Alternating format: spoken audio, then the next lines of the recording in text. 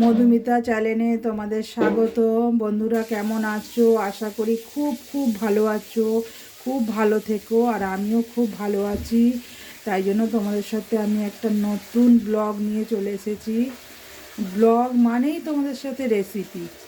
তোমরা ভালো মতোই জানো আমি রেসিপি নিয়েই আসি তোমাদের সাথে। আর দেখো, কড়া বসিয়েছি, তেল কিন্তু খুব হিট হয়ে গেছে, খুব হিট হয়ে গেছে।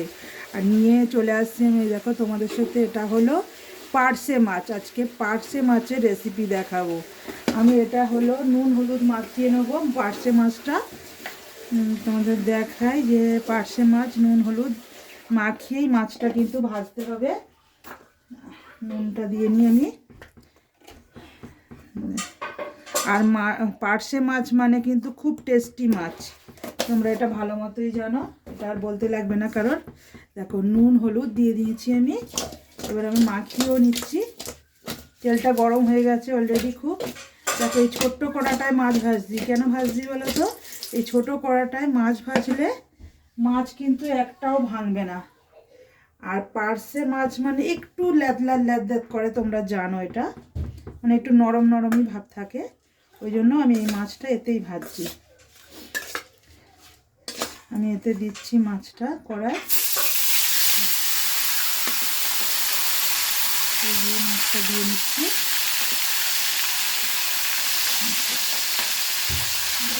দিয়ে নিলাম, সাজিয়ে সাজিয়ে দিয়ে দিলাম। এগুলো দিয়ে দিয়েছি। আর গ্যাসটা কিন্তু খুব জোরেই রাখবো আমি ওটা। আমি এবার চলে আসছি, মাছটা ভাজা হয়ে গেছে অলরেডি। আর তেলটা দেখো, মানে ওই কড়া থেকে এতে ঢেলে নিয়েছি। আর এটা আমি পেঁয়াজ কুচিটা দিয়ে নিচ্ছি। একদম ছোট্ট মতো একটা পেঁয়াজ দিয়েছি, যাতে এটা বেশি পেঁয়াজ না হয়, তাহলে তরকারিটা কিন্তু মিষ্টি মিষ্টি ভাব এসে যাবে। ওই জন্য অল্প একটুখানি পেঁয়াজ দিয়ে আমি ভালো করে নাড়িয়ে নিচ্ছি। পেঁয়াজটা আমার হালকা লাল হয়ে গেছে। আমি এতে এবার দিয়ে দিচ্ছি আদা রসুন আর লঙ্কা বাটা। এই তিনটে বাটা আমি দিয়ে দিচ্ছি। মিক্সচারে করে রেখেছিলাম, ওটা আমি দিয়ে দিলাম।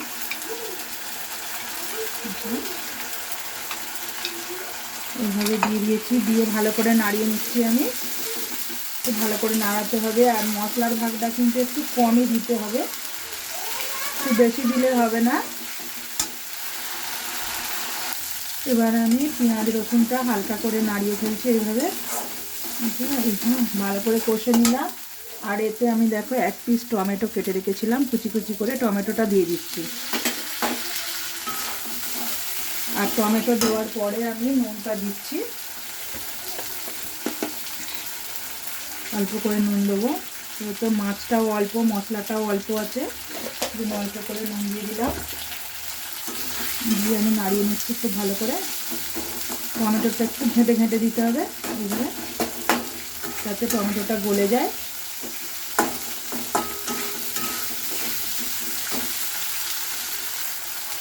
এবার টমেটোটা হালকা গলে গলে এসেছে।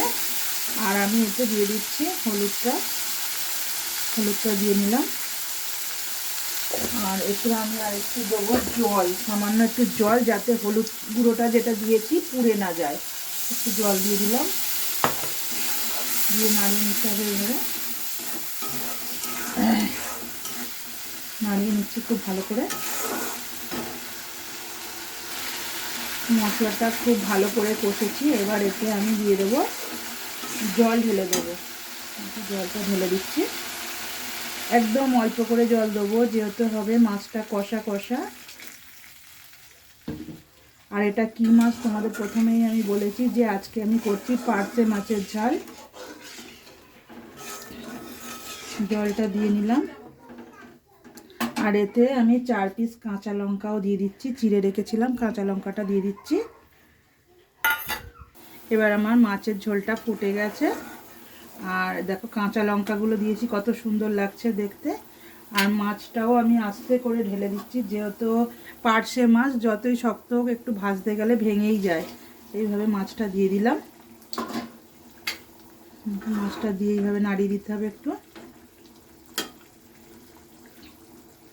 একটু একটু চাপাও দিয়ে দিচ্ছি আমি। এটা চাপা দিলে তাড়াতাড়ি হয়ে যাবে।